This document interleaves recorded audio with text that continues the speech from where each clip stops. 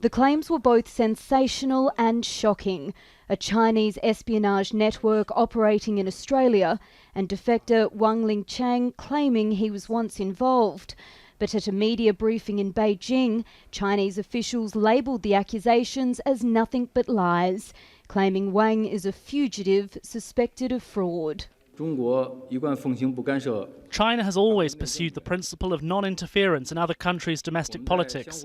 We have never tried to, nor are we interested in, meddling with other countries' internal affairs. It's one of two cases currently playing out in Australia, shining a spotlight on China's rising influence in the Asia-Pacific region. The death of a young Chinese-Australian businessman, Nick Zhao, is also being investigated. He died weeks after telling Australia's spy agency he'd been approached by Chinese agents to run for Parliament. I would caution anyone leaping to any conclusions about these matters. That's why we have these agencies. I'm not, but I do find the allegations troubling and disturbing. The debate about China's threats to our sovereignty is not confined to Australia. This is happening all across East Asia, from Indonesia and Singapore through to Vietnam and South Korea. Debate also seems to be taking place at a local level. One of the nation's largest populations of Chinese Australians lives here in the Sydney suburb of Hurstville.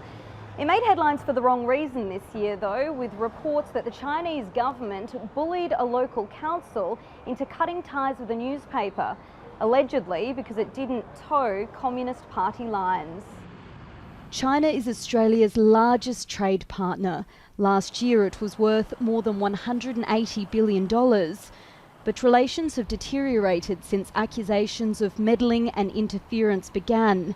Tom Switzer from the Centre of Independent Studies believes balancing Australia's interests and the wider region will only become more challenging. We're at this situation now where anxieties are probably at the highest level, certainly since the formal relationship began in the early 1970s. The question is whether Australia's new covert espionage laws will be enforced and counter any threat of foreign interference. Nicola, Gage, Jazeera, Sydney.